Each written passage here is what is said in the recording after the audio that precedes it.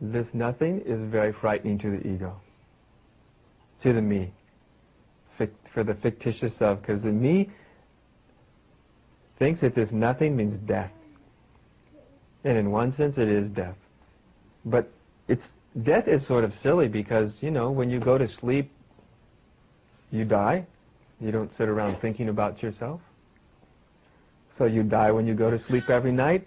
You die constantly because you walk down the sidewalk and you forget to be self-obsessed for a moment. You know? You look at the tree, you look at the ground, you look at your toe. You know, you just moments of gaps where you forget yourself. You know, it's like the passing of a thought more than the death of something solid and fundamental. But since we are so conditioned to view ourselves through our self-image, that self-image is very frightened of a self that has no image. It sees that as some sort of terrible extinction. I call it the dirty little secret of humanity. The void within. You know, that's the secret, is the void that's within. That's what all this human nonsense is about. That's what all this, everybody treading on the top of the water, feverishly trying to not have to pay attention, that when I look inside, I'm not there.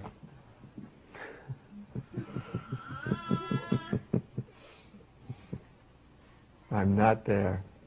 That's what all this nonsense is about. When I look inside, I'm not there. And so we try to fill it up with self-concepts, ideas about ourselves. We would rather think of ourselves as an absolutely rotten, terrible character than to look into that nothingness. Right? We'd rather be the victimizer of all humanity than to look into that. We'd rather try to fill that emptiness with all sorts of experiences, people, drugs, spiritual experiences, throw anything into the void so that it's not the void. See, anything will do. Greed, hate, and envy, as we Buddhists like to say. The normal amount of greed, hate, and envy. Yeah, the proper mix. Yeah, the standard amount.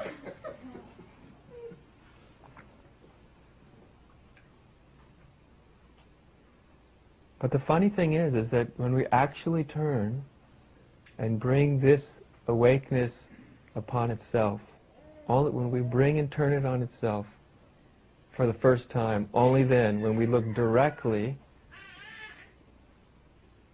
within and be still and be quiet,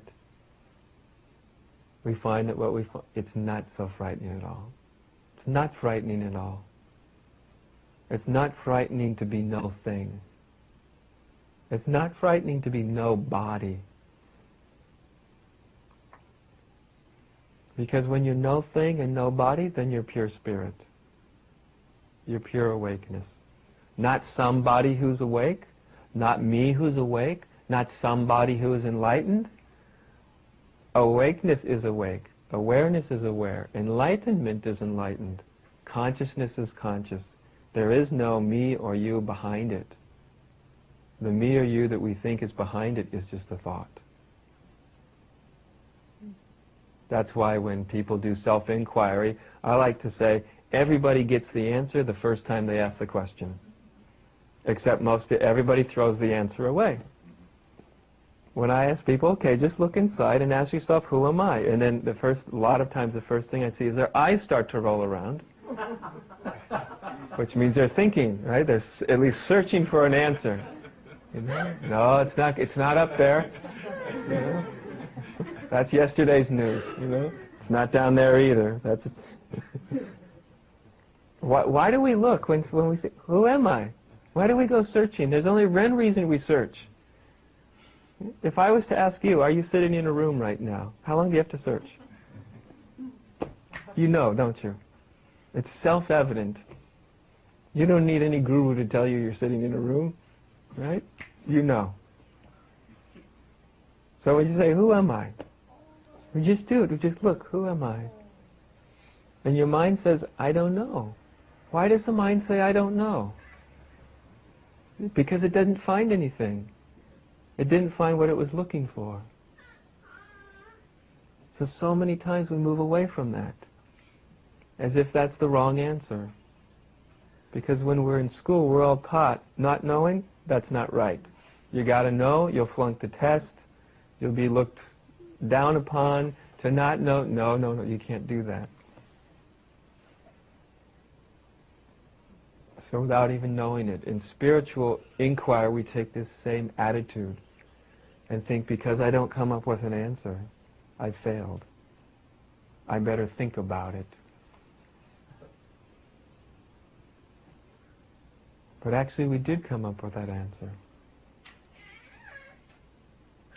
When we look inside and don't find ourselves to be something, somebody, some gender, when we look inside and see that just behind our mind, we're not somebody's son or daughter or mother or father, all those roles take place.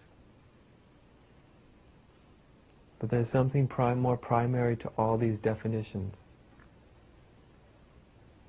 There's not a good somebody or a bad somebody. There's something behind that.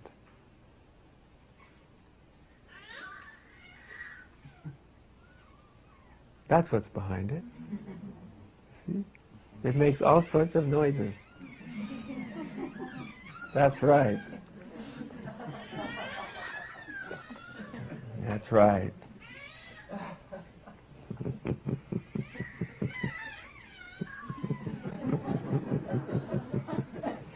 That's my Dharma talk there. Yes. Right out of that nothing.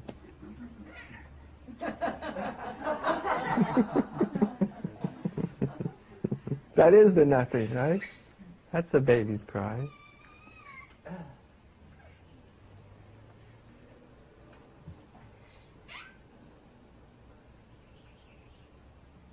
That's what's looking out from your eyes, my eyes. That same no bodiness, no thing.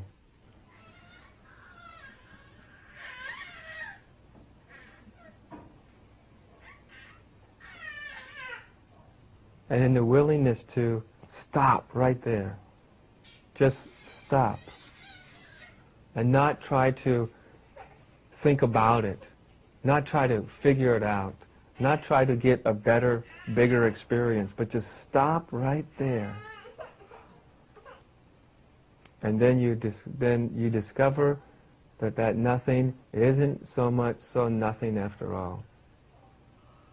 That nothing is everything. It's the fullest, richest nothing we ever bump into. The nothingness of our own being. The nobodiness. That paradoxically ends up to be the most beautiful thing we could ever discover about ourselves.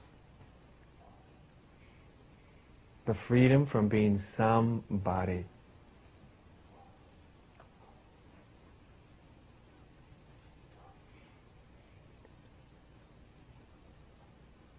Just the willingness to surrender for just a moment.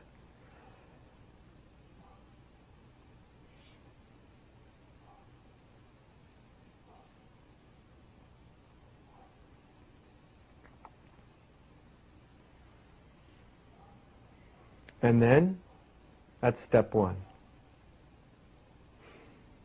That's awakening. If you get that, that's awakening. If that no-bodiness wakes up, that's awakening. If that spirit wakes up, that's awakening. If it stays asleep and you go, what? That's no big deal. Just stay there. Don't think about it. Don't try to make anything happen. Just stay there. And then we got this little business of living this life. A It's like I like to say, that's where the spiritual rubber hits the road. Right? That's where we see just how awake this awakeness is when we go into relationship. It's one thing to be nobody when you're totally supported in being nobody. It's another thing to be nobody when you're totally encouraged constantly to be somebody. And especially when that nobody has to go into relationship. Maybe with somebody that doesn't agree with it. This is when spirituality gets very real. This is actually when the fire of truth starts to really happen. You start to find yourself in a fire.